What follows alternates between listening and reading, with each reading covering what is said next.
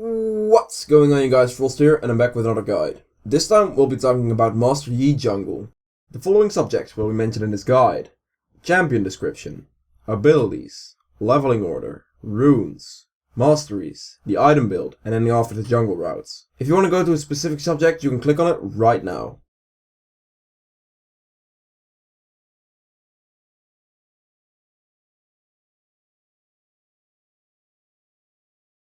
Champion description. Master Yi is a very farm heavy type of jungler that scales up really nicely.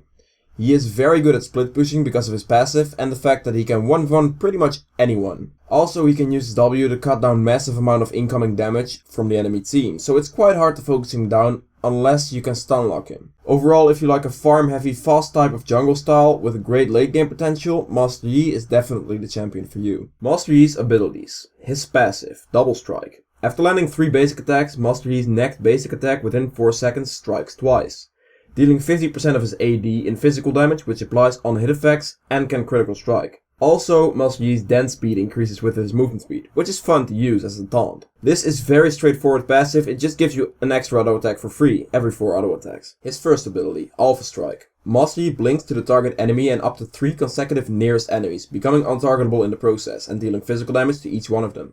This is increased against minions and monsters. After this is done, he reappears next to his primary target. Alpha Strike can critical strike, dealing 60% of his AD in physical damage to all enemies, modified by bonus critical damage. A basic attack reduces Alpha Strike's cooldown by 1 second. This is a very good ability to clear a jungle with, as with a few levels into it, it will start one-shotting camps. Also, it's very good if you're going for a more crit heavy build, because then this skill will just give you an insane burst without being able to get hit yourself. His second ability, Meditate.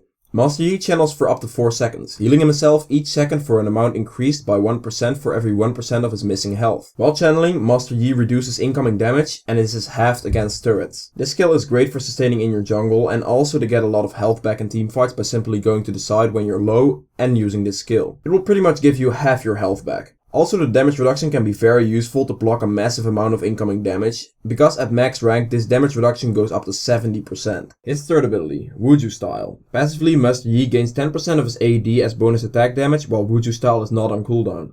Upon activating this ability, Master Yi's basic attack deals bonus true damage for 5 seconds. This skill is very straightforward. You get extra damage when it's not on cooldown and you gain true damage when you use this ability. This true damage gets doubled by both your 4th attack and the State of Devourer, meaning that you will shred through pretty much any enemy champion very quickly. His fourth ability, Highlander. Passively, champion takedowns reduce the current cooldown of Master Yi's abilities by 70%. Upon activating, Master Yi will gain bonus attack speed, multiply his movement speed and become immune to all slows for 10 seconds. While active, champion takedowns extend the duration of Highlander by 4 seconds.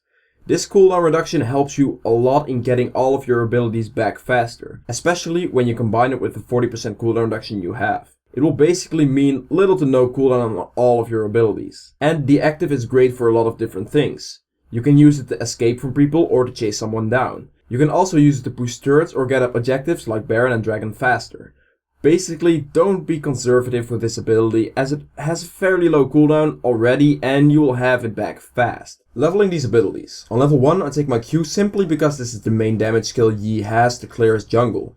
Then on level 2 I take my W to instantly start sustaining in my jungle and try to save as many health potions as possible.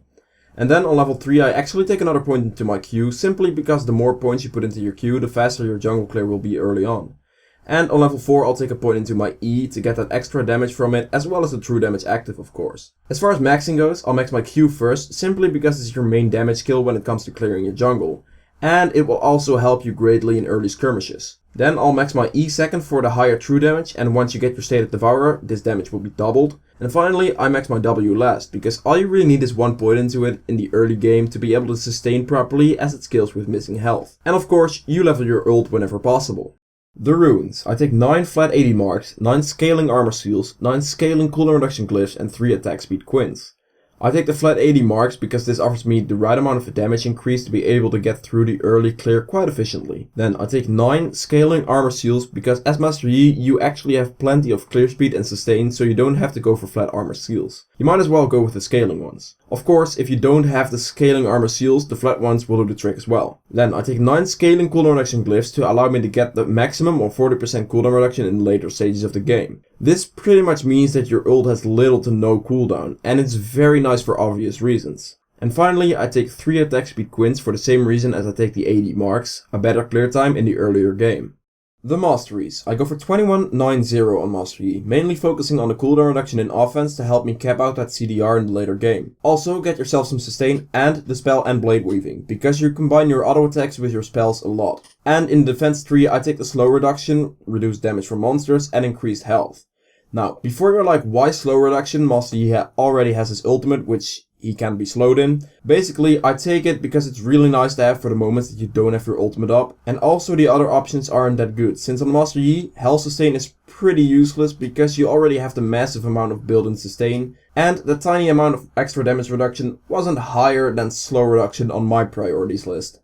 The item build. I have 2 different item builds for Master Yi. The first one will be a more tanky Master Yi with a good amount of damage, and the second one will be a very high damage Yi with 100% crit, but you're not tanky at all. Out of these 2 builds, I personally prefer the more tanky build because it is more consistent. All this aside, let's get into the builds. Starting off with a more tanky build, you want to start with a machete, 2 health potions and a warding trinket. Pretty much the most basic start for every jungler.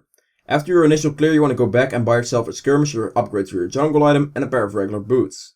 The reason I get the skirmishes is because Yi is very auto attack based and he's melee range. And if you can combine your skirmishes with your exhaust, you can clutch out a lot of plays. Mainly because you will be greatly reducing the amount of damage the enemy can put on you, making it impossible for them to 1v1 you, and since you want to be split pushing a lot, this means they will have to send more people to stop you. After this, you want to enchant your jungle item with a Devourer enchant. I go for the Devourer simply because this is the best option for Yi. You want to farm a lot and the Devourer complements that. Also, the stated proc works with your true damage on your E, so you'll be able to deal a lot of true damage very quickly. After this, you want to get yourself a Cutlass to build into the Blade of the Rune King. The reason I go for this item is simply because it's the best combination with Devourer.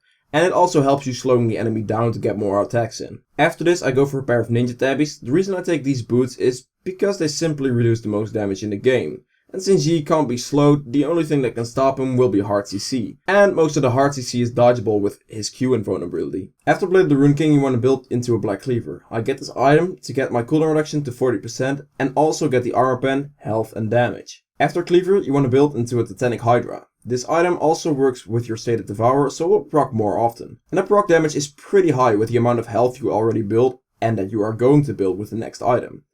This item is Deadman's Plate. It's simply the best armor item in the game. It gives you a big amount of health. It gives you the biggest amount of health on the defensive item that's not Warmox.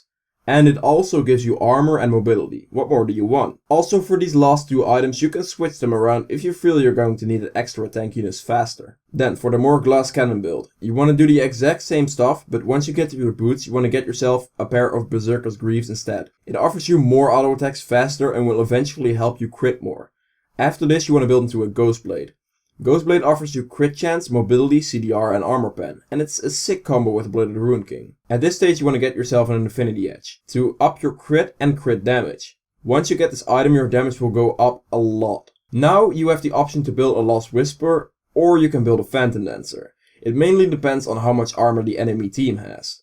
If they have almost no armor items, then just build a Phantom Dancer, but this is very unlikely. Finishing your build will require you to sell both your boots and your Devourer for 2 Phantom Dancers.